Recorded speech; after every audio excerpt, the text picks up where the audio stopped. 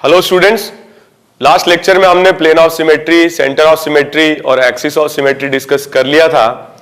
अब हम डिस्कस करते हैं last element of symmetry, AAOS या alternate axis of symmetry. AAOS और अल्टरनेट एक्सिस ऑफ सिमेट्री।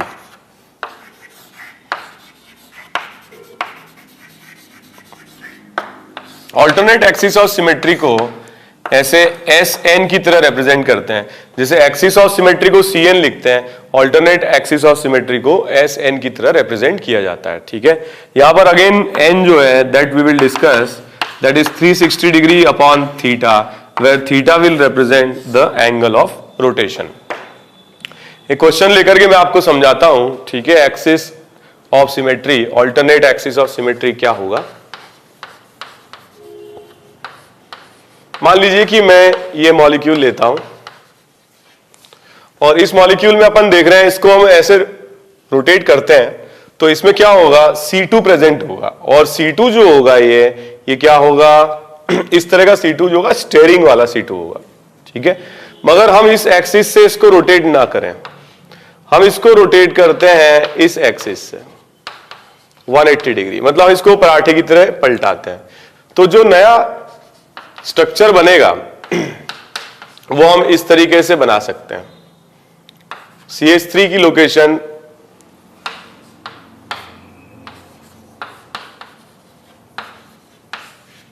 ठीक है, तो ये स्ट्रक्चर A से B में कन्वर्ट हुआ 180 डिग्री रोटेशन से। तो A स्ट्रक्चर से B स्ट्रक्चर तो बन गया, लेकिन B स्ट्रक्चर और A स्ट्रक्चर दोनों आइडेंटिकल नहीं है। ठीक है, तो A और B अगर आइडेंटिकल नहीं है तो इस एक्सिस को हम C2 एक्सिस ऑफ सिमेट्री तो बोल नहीं सकते हैं। अब हम क्या करते हैं, इसकी परपेंडिकुलर डायरेक्शन में मिरर लगा देते हैं 90 डिग्री पर, और हम B का मिरर इमेज लेते हैं इस मिरर के अबाउट। तो क्या होगा, यहां पर हम मिरर इमेज लेते हैं, यहां पर आ जाएगा Cl, यहां पर CH3, यहां पर आ जाएगा CH3, यहां Cl, तो एक नया स्ट्रक्चर बनेगा C। ये जो C स्ट्रक्चर है और A स्ट्रक्चर है दोनों आइडेंटिकल है, A और C, A and C are identical. और अगर ऐसे में अगर ये दोनों आइडेंटिकल होते हैं तो हम इसे ऑल्टरनेट एक्सिस ऑफ सिमेट्री कहते हैं S। और जो n की वैल्यू है ये हो जाएगी 360 degree divided by 180 degree, that is 2, और इसको बोलेंगे C2 alternate axis of symmetry. मैं फिर से बता दूं, A कंपाउंड है, इसको हमने रोटेट किया, B बनाया। अगर ये दोनों सेम आ जाते हैं तो ये एक्सिस ऑफ सिमेट्री होता, ये दोनों डिसिमिलर है। अब जिस एक्सिस से आपने इसको रोटेट किया है, जिस एक्सिस से आपने रोटेट किया है, इसकी परपेंडिकुलर डायरेक्शन में मिरर रखा और B का मिरर इमेज निकाला तो C बना। C और A अगर आइडेंटिकल है तो इसको हम कहते हैं ऑल्टरनेट एक्सिस ऑफ सिमेट्री। अब अगर अपन ये एग्जाम में इस तरीके से क्वेश्चंस करने लगे तो बहुत ज्यादा टाइम कंज्यूमिंग होगा। हम कभी भी ऑल्टरनेट एक्सिस ऑफ सिमेट्री को लेकर के एग्जाम में क्वेश्चन सॉल्व नहीं करेंगे। ये सिर्फ पढ़ाने वाली बात है, क्योंकि ये भी एक एलिमेंट ऑफ सिमेट्री है, तो हमने डिस्कस कर लिया, मगर हम प्रॉब्लम सॉल्विंग में इसको यूज नहीं करेंगे। Alternate axis of symmetry will not be use for problem solving. ठीक है, क्योंकि हम पहले तो रोटेट करें, फिर एक मिरर बनाए, कहां पर, परपेंडिकुलर डायरेक्शन में, एक्सिस की परपेंडिकुलर डायरेक्शन में, फिर मिरर इमेज ले, फिर चेक करें।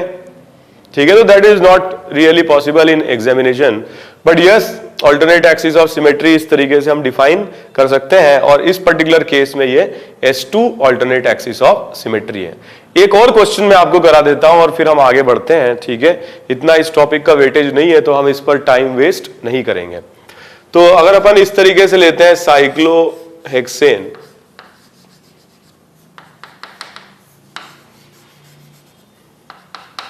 और मैंने इस पर 6 सब्स्टिट्यूएंट्स लगा दिए ऑल्टरनेटिवली, एक अबाव द प्लेन है तो एक बिलो द प्लेन है। ठीक है, अब अगर मैं इसको 120 डिग्री एंगल से घुमाता हूं,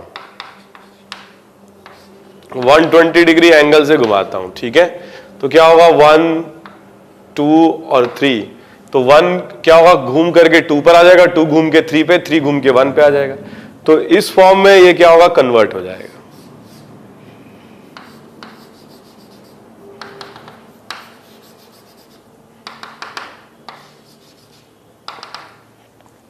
यहां 3 आ जाएगा, यहां 1 आ जाएगा, यहां 2 आ जाएगा। बट ये दोनों सेम है, और अगर सेम है तो इसको हम बोलते हैं एक्सिस ऑफ सिमेट्री। अगर हमने 120 डिग्री एंगल से घुमाया है तो इस एक्सिस ऑफ सिमेट्री को बोलेंगे C3, ठीक है। So it will be C3 axis of symmetry. लेकिन अगर इसी मॉलिक्यूल को मैं रोटेट करता हूं 60 डिग्री से, तो 60 डिग्री रोटेशन में मेरे पास ये नया ओरिएंटेशन आ जाएगा।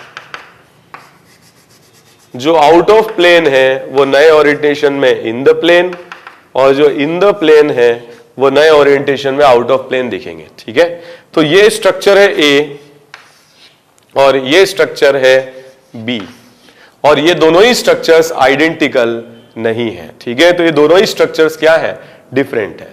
तो हम क्या करते हैं, जिस एक्सिस से हमने इसको रोटेट किया है, एक्चुअली एक्सिस ये है, अब इस एक्सिस की परपेंडिकुलर डायरेक्शन, मतलब बोर्ड के प्लेन के पैरेलल, ये एक्सिस ऑफ रोटेशन है।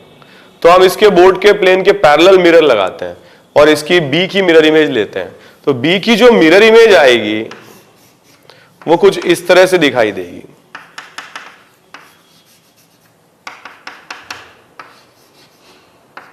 सी और ए और सी दोनों ही क्या है, आइडेंटिकल।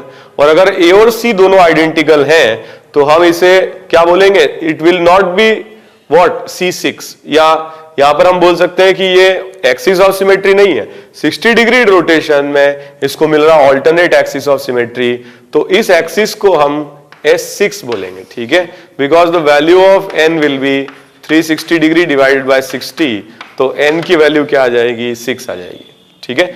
तो जो अब इंपॉर्टेंट बात यह है कि जो एक्सिस है इसकी परपेंडिकुलर डायरेक्शन, मतलब अगर ये परपेंडिकुलर टू द बोर्ड है तो इसका जो परपेंडिकुलर होगा वो बोर्ड के प्लेन के पैरेलल होगा, ठीक है। तो मैं इसको इस तरह समझा भी सकता हूं, जैसे कि हमारे पास ये दो, ठीक है, कुछ मॉडल्स हैं हमारे पास।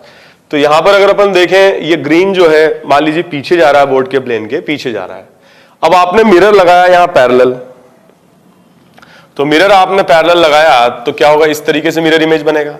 तो ग्रीन एक्चुअली क्या होगा, इस मिरर का जो इमेज होगा वो बोर्ड के प्लेन से दूर जाएगा, तो इस तरीके से मिरर इमेज आएगा। मान लीजिए बीच में मिरर रखा हुआ है, तो ये अगर पीछे है तो एक्चुअली ये आगे आ जाएगा।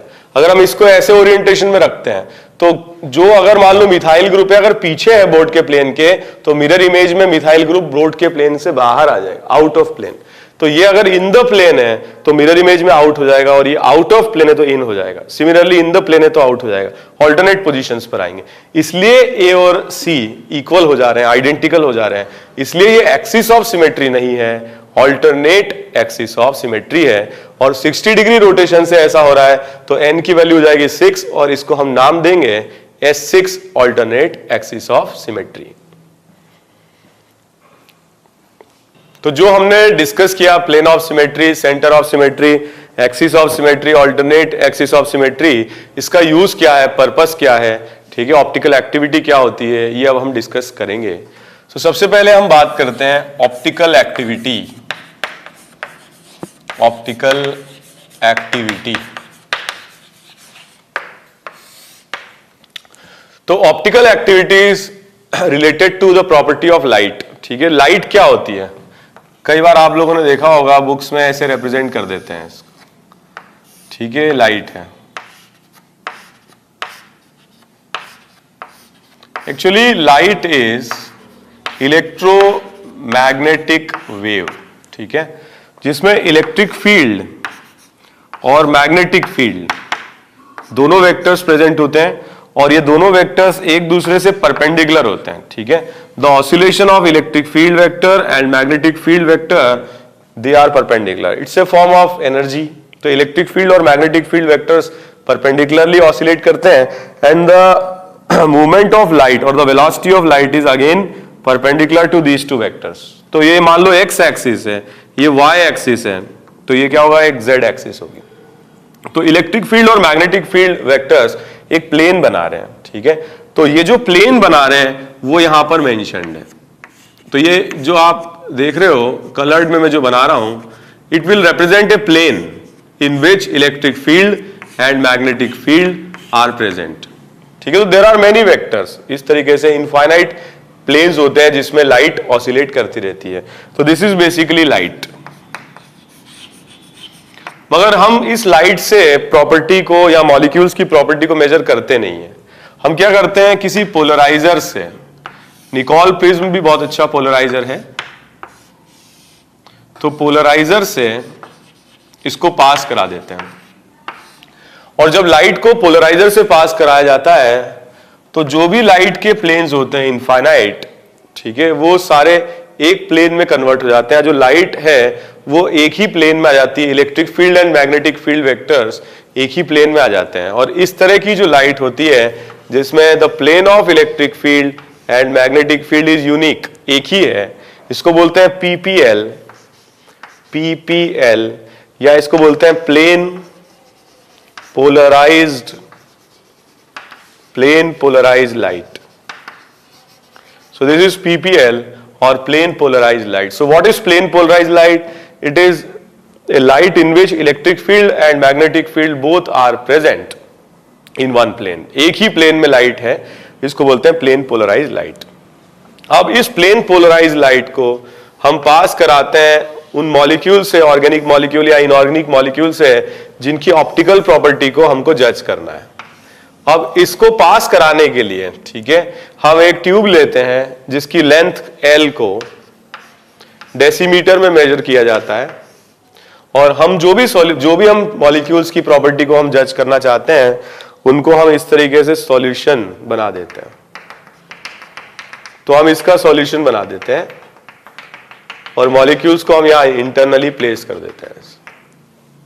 अब जब लाइट क्या होगी, इसके अंदर से पास करेगी तो इन मॉलिक्यूल से इंटरैक्ट होती हुई आएगी, ठीक है। लाइट जब इससे पास करेगी तो इन मॉलिक्यूल से इंटरैक्ट होती हुई आएगी, और जब ये लाइट इंटरैक्ट होती हुई आएगी तो जब बाहर एग्जिट होगी लाइट, तो तीन टाइप के केसेस बन सकते हैं, ठीक है। लाइट एंटर हुई, मॉलिक्यूल से इंटरैक्ट हुई, एग्जिट हुई, और जो प्लेन है लाइट का उसमें कोई चेंज नहीं हुआ, तो वो सब्सटेंस जो अंदर भरा हुआ है, जो लाइट के प्लेन को चेंज नहीं कर पाया है, वो सब्सटेंस कहलाता है ऑप्टिकली इनएक्टिव।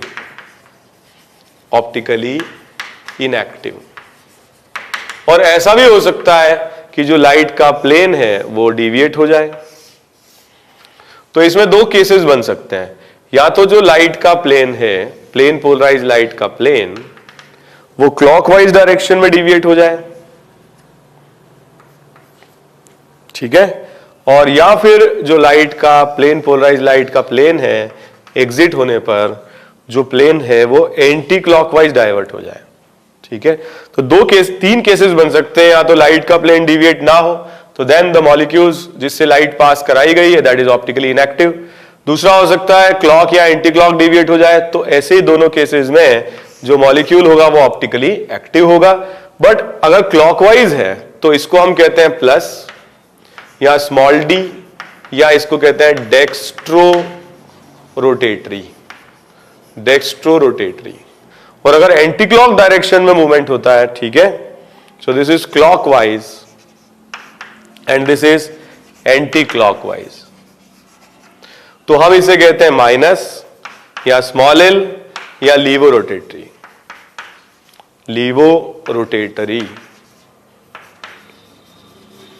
लेकिन ये कौन से मॉलिक्यूल की प्रॉपर्टी जज हो रही है? जो अंदर पड़े हुए हैं, जिनसे लाइट पास करके आई है।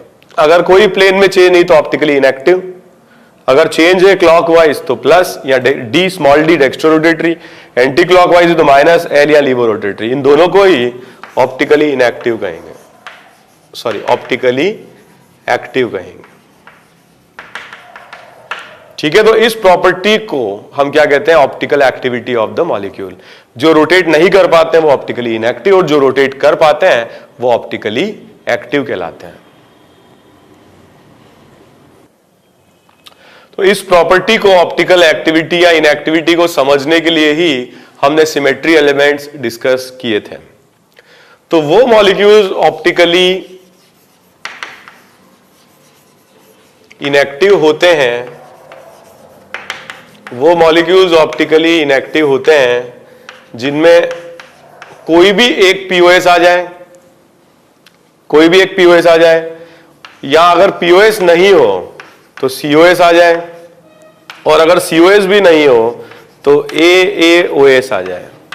तो इन तीनों में से कोई भी एक प्रेजेंट होने पर मॉलिक्यूल ऑप्टिकली इनएक्टिव हो जाते हैं। जो मॉलिक्यूल सिमेट्रिकल होते हैं वो लाइट के प्लेन को रोटेट तो करते हैं, ठीक है, मगर वो कॉम्पनसेट हो जाता है। क्लॉकवाइज जितना रोटेट करते हैं उतना एंटी क्लॉकवाइज रोटेट करते हैं, तो कॉम्पनसेशन हो जाता है प्लेन में, ठीक है। और ऐसे मॉलिक्यूल्स ऑप्टिकली इनएक्टिव होते हैं जिनमें आइदर POS और COS और AaOS होता है।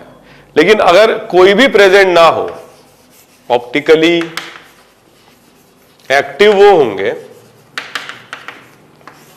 जिनमें POS नहीं हो एंड COS भी नहीं हो एंड AaOS भी नहीं हो, तब मॉलिक्यूल क्या होगा, ऑप्टिकली एक्टिव होगा, ठीक है। AOS का या एक्सिस ऑफ सिमेट्री का ऑप्टिकल एक्टिविटी से कोई रिलेशन नहीं है। Axis of symmetry is not related to, ठीक है, optical activity of the molecule, ठीक है। लेकिन एक बात और ध्यान रखें, क्वेश्चन हम POS COS से ही करेंगे, क्योंकि जिन मॉलिक्यूल्स में POS या COS होगा, या अगर मान लो POS COS नहीं है तो AOS भी नहीं होगा। तो क्वेश्चन सॉल्विंग में we will try only POS and COS, और अगर दोनों नहीं है तो एक्टिव हो जाएगा, और दोनों में से कोई भी एक है तो मॉलिक्यूल ऑप्टिकली इनएक्टिव हो जाएगा, ठीक है। ऐसे मॉलिक्यूल जिनमें POS नहीं है, COS नहीं है और AaOS नहीं है, they are non as asymmetric molecules, ठीक है। तो ऐसे मॉलिक्यूल्स कहलाते हैं एसिमेट्रिक। और अगर इनमें से POS भी ना हो, COS भी ना हो, AOS भी ना हो और AaOS भी ना हो, एक भी सिमेट्री एलिमेंट ना हो, इनको कहते हैं हम डिससिमेट्रिक, ठीक है, डिससिमेट्रिक एंड एसिमेट्रिक।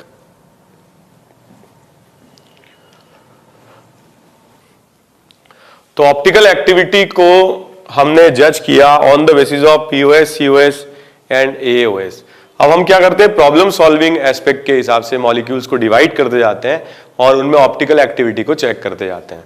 सबसे पहले हम वो मॉलिक्यूल डिस्कस करते हैं जिनमें सिंगल कायरल हो, single chiral molecules.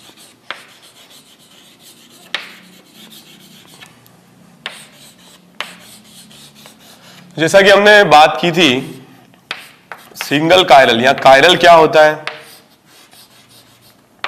Chiral atoms वो एटम्स होते हैं जिनसे जो sp3 होते हैं पहली बात, और जिनसे जुड़े हुए सारे ग्रुप्स नॉन आइडेंटिकल होते हैं।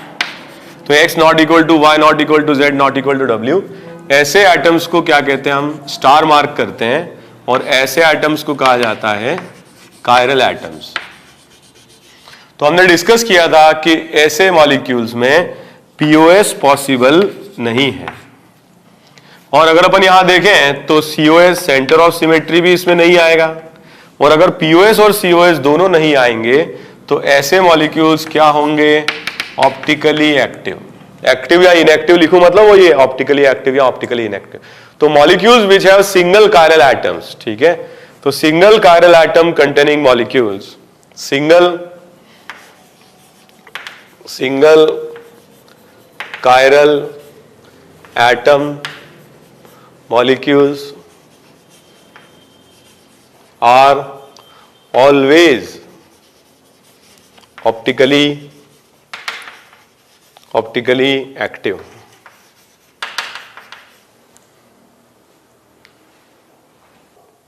तो जिन मॉलिक्यूल्स में सिंगल कायरल है they will always be optically active.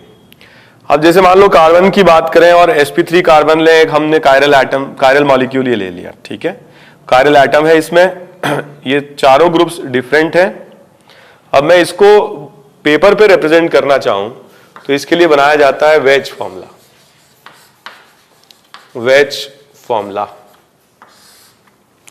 Veg formula के अकॉर्डिंग यहां देखिए आप, ये जो कार्बन एटम है इससे ये दोनों बॉन्ड्स बाहर की तरफ आते हुए दिखाई दे रहे हैं, प्लेन से बाहर की तरफ। तो मैंने इसको बनाया कार्बन, लेफ्ट में आ रहा है ग्रीन,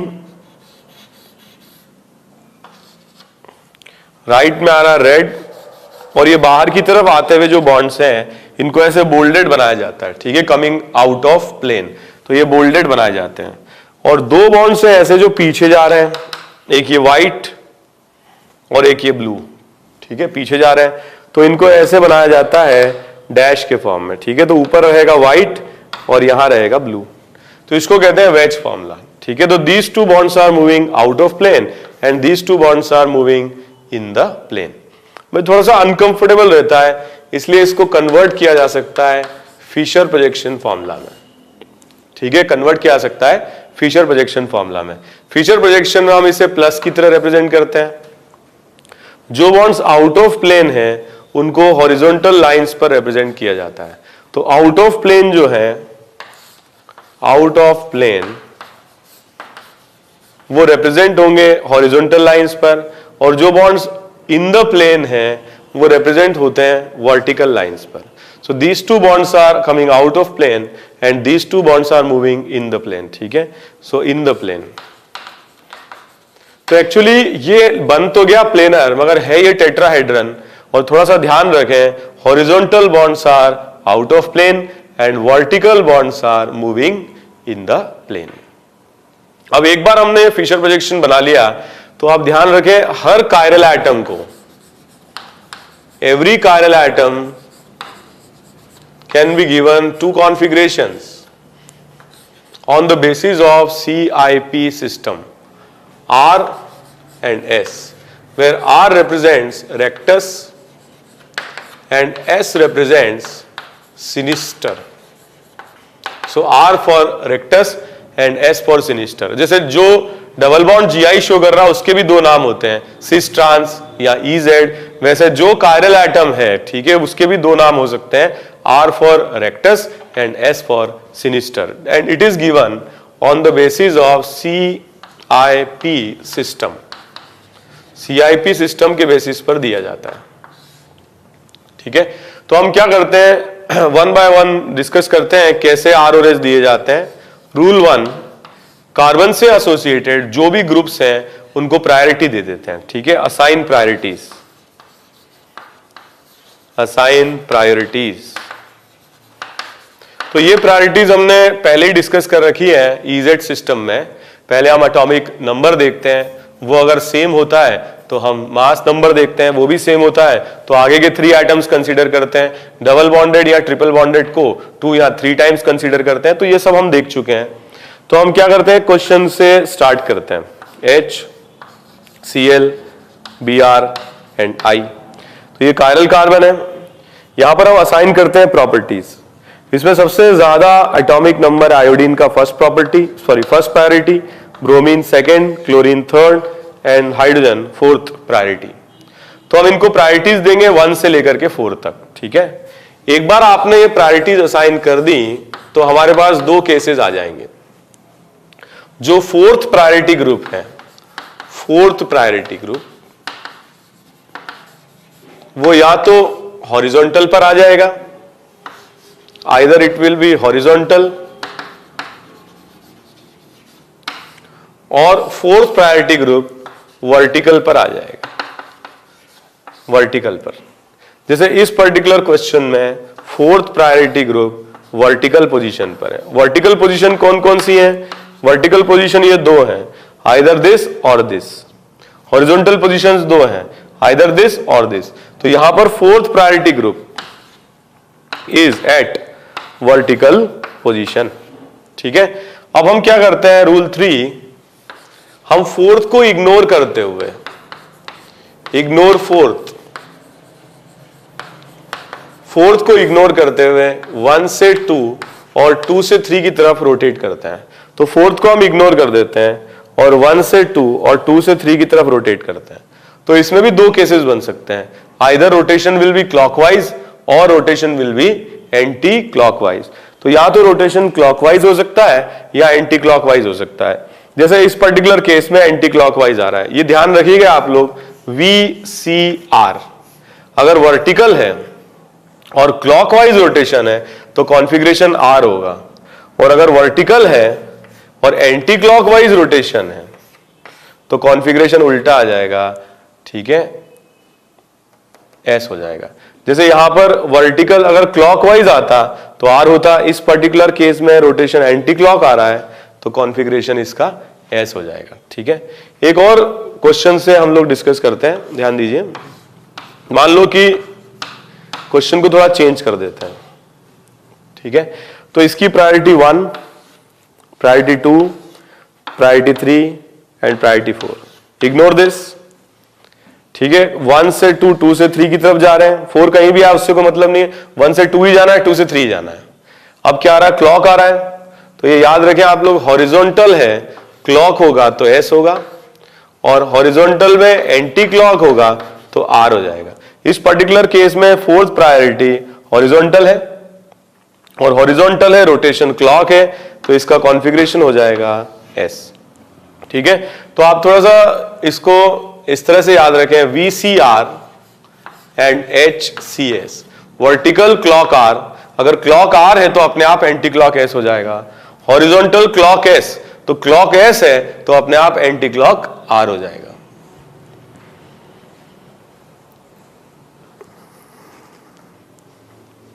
तो फिशर प्रोजेक्शन में सिंगल कायरल के लिए कैसे RS निकाले जाते हैं ये हमने डिस्कस किया। कुछ क्वेश्चंस करते हैं, प्रैक्टिस हो जाएगी।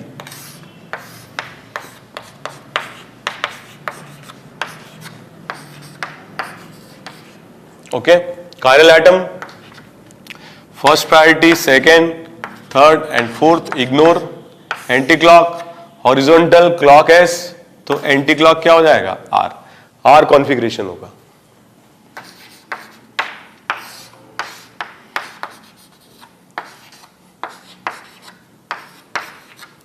फर्स्ट प्रायोरिटी, ठीक है, क्लोरीन का एटॉमिक नंबर ज्यादा होगा sulphur, second priority, third priority and fourth priority.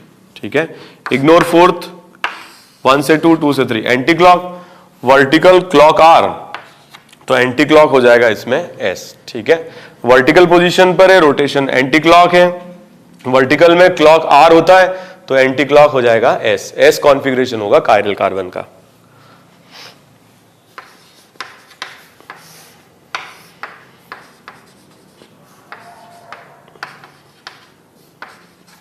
Okay, इसके लिए हम बताएं प्रायोरिटी 1, प्रायोरिटी 2, प्रायोरिटी 3, प्रायोरिटी 4, 1 से 2, 2 से 3, anti clock, vertical clock R तो एंटी क्लॉक हो जाएगा इसमें एस। ठीक है,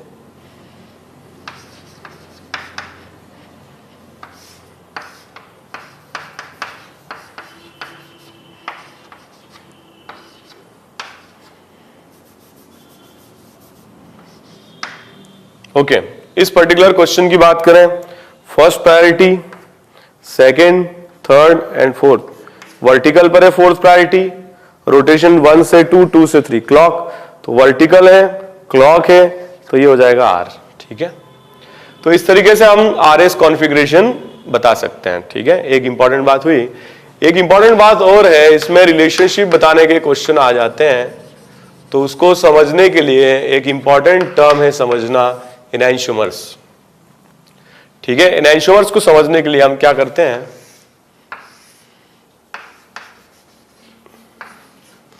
तो ये है optically active molecule, no POS, no COS, single chiral वाला हमेशा क्या रहेगा, ऑप्टिकली एक्टिव। अब हम यहां पे एक मिरर लगा देते हैं और इसकी मिरर इमेज ले लेते हैं, तो H की यहां मिरर इमेज आ जाएगी H, CH3 की CH3, Cl और Br। ठीक है, तो ये कंपाउंड A जो है, ये B इसकी मिरर इमेज।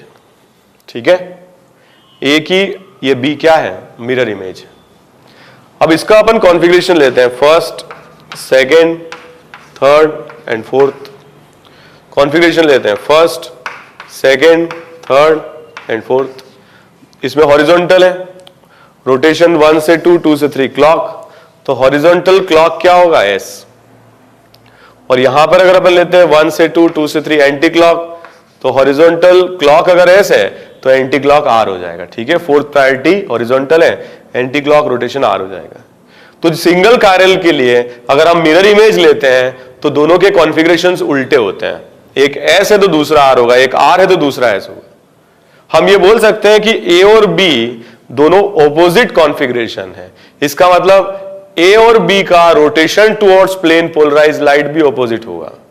मतलब अगर डेक्स्ट्रो है तो एस लीवो रोटेटरी हो जाएगा, मतलब आर अगर प्लस है तो एस माइनस हो जाएगा, या एस अगर प्लस है तो आर माइनस हो जाएगा। ये तो नहीं बोल सकते हैं कि जो रेक्टस है वो डेक्स्ट्रो रोटेटरी है या जो सिनिस्टर है वो लीवो रोटेटरी, ये नहीं कह सकते। ये नहीं बोल सकते कि आर प्लस है एस माइनस है, ऐसे नहीं बोल सकते हैं। हाँ, ये जरूर बोल सकते हैं कि अगर आर प्लस है तो एस माइनस है, या आर अगर माइनस है तो एस प्लस है। या अगर बोल दिया जाए कि इसका optical rotation produce to plane polarised light plus 20 degree है, तो ये optical rotation plane polarised light को माइनस 20 डिग्री देगा। मतलब they will provide equal and opposite rotation to plane polarised light.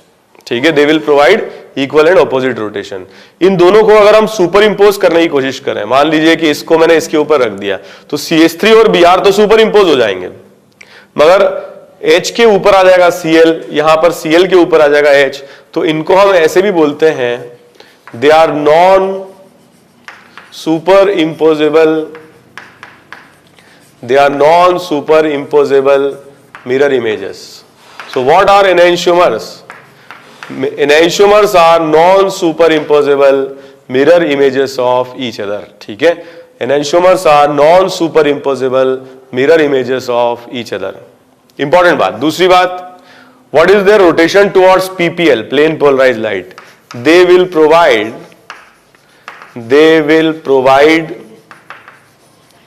equal and opposite। equal and opposite मतलब equal in magnitude but opposite in direction. एक plus एक minus, एक plus 20 एक minus 20, एक plus 30 एक minus 30 है। तो equal and opposite rotation to plane polarised light. ठीक है, इंपॉर्टेंट बात है। इन दोनों का जो मिक्सचर होगा ए और बी का 50-50। ठीक है, इक्वल मिक्सचर ऑफ enantiomer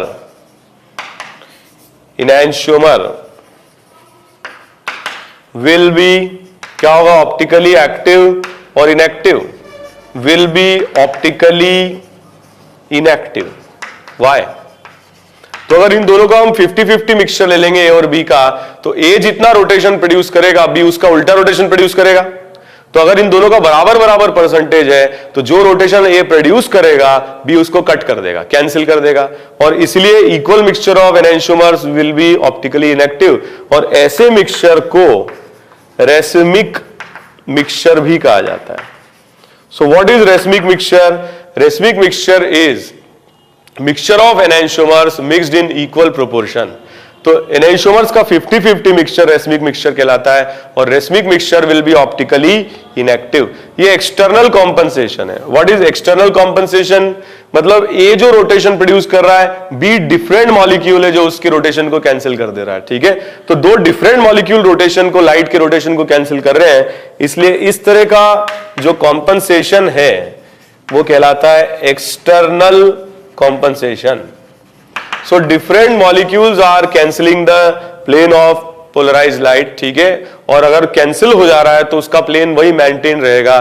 ठीक है, चेंज नहीं होगा। तो कैंसिलेशन ऑफ वेक्टर्स, या जो मतलब क्या हो रहा है, इसको हम ये बोल सकते हैं कि कॉम्पनसेशन ऑफ वेक्टर्स हो जा रहा है। मतलब लाइट का प्लेन अगर ये क्लॉक रोटेट करेगा तो ये एंटी क्लॉक रोटेट करके वापस वहीं ले आएगा। डिफरेंट मॉलिक्यूल्स इस रोटेशन को कैंसिल आउट कर दे रहे हैं, कॉम्पनसेट कर दे रहे हैं, इसलिए इसको बोलेंगे एक्सटर्नल कॉम्पनसेशन। अगर इस तरह के क्वेश्चंस एनेंशियोमर्स के या रिलेशनशिप बेस्ड क्वेश्चन काफी सारे पूछे जाते हैं। ठीक है, काफी इंपॉर्टेंट भी है। रिलेशनशिप बिटवीन मॉलिक्यूल्स, मान लीजिए कि आपको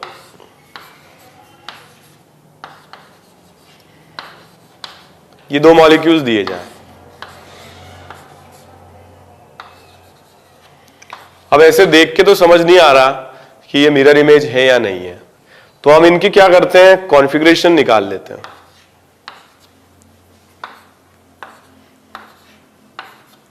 फोर्थ वर्टिकल, ठीक है, वर्टिकल क्लॉक आर, ये एंटी क्लॉक है तो ये एस हो जाएगा। सिमिलरली 1, इसको इग्नोर कर दें, 1 से 2, 2 से 3, तो हॉरिजॉन्टल क्लॉक आर होगा, ठीक है, तो एंटी क्लॉक क्या हो जाएगा एस। इसमें देखिए हॉरिजॉन्टल क्लॉक आर होगा तो एंटी क्लॉक ही हो जाएगा एस, ठीक है। तो यहां अगर अपन देखें फर्स्ट से सेकंड, सेकंड से थर्ड, एंटी क्लॉक एस हो जाएगा।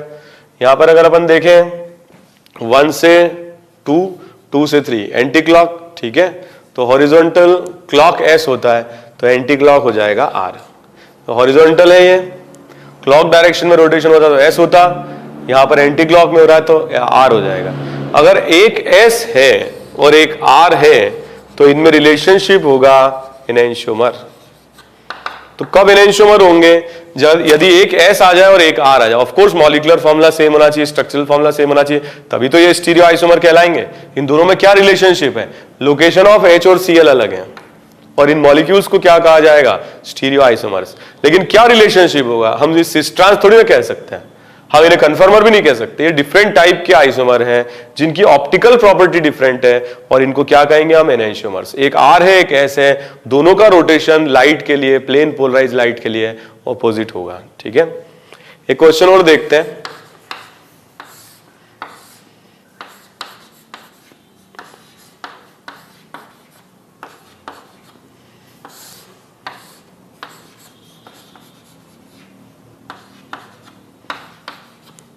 So chlorine first priority, sulphur second, oxygen third और ये fourth. Again it is vertical, so vertical V C R, vertical clock R और एंटी क्लॉक हो जाएगा एस, ठीक है।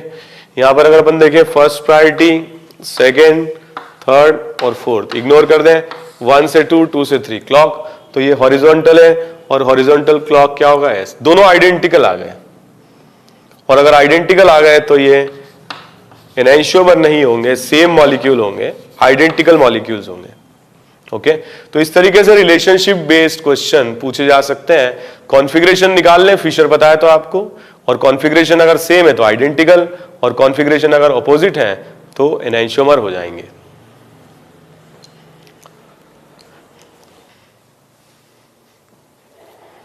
ओके, और क्वेश्चंस देखते हैं।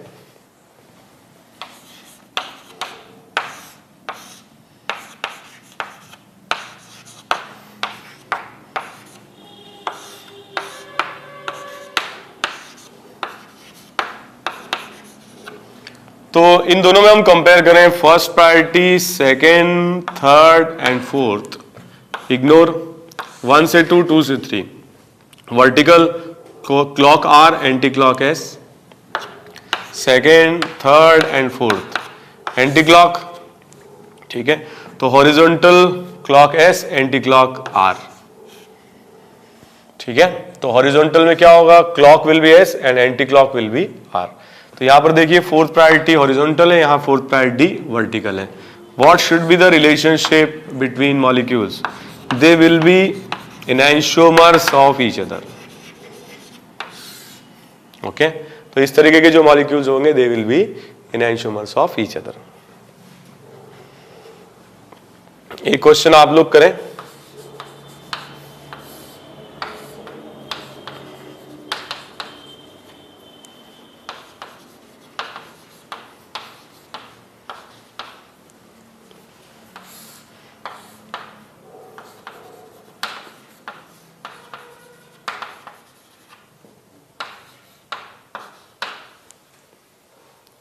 ओके, तो priority 1, priority 2, priority 3, priority 4। Again it will be clock direction VCR, vertical clock R। Okay, first priority, second, third priority and fourth priority, clock horizontal clock S, ठीक है। तो एक R है और एक S है, so what should be the relationship? They will be enantiomers of each other. मैं आपसे पूछूं अगर इसका optical rotation to PPL -7 degree है तो इसका ऑप्टिकल रोटेशन टू PPL क्या होगा? +7 degree. They will produce equal and opposite rotation to plane polarised light.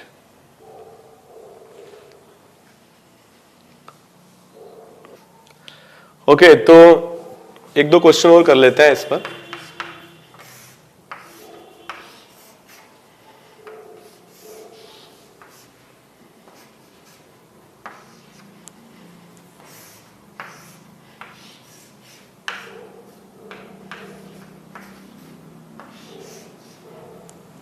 Okay, इन दोनों में रिलेशनशिप बताना है, priority 1, priority 2, priority 3, priority 4। Anti clock तो horizontal sorry vertical clock R और एंटी क्लॉक क्या हो जाएगा, S हो जाएगा। Similarly first, second, third and fourth ignore कर दें, ठीक है। तो 1 से 2 और 2 से 3, तो वर्टिकल क्लॉक R और एंटी क्लॉक S, तो यहां पर भी S हो जाएगा। और इन दोनों में कॉन्फ़िगरेशन सेम है और ये हो जाएंगे आइडेंटिकल, ठीक है। तो ये आइसोमर नहीं होंगे, दे विल बी आइडेंटिकल।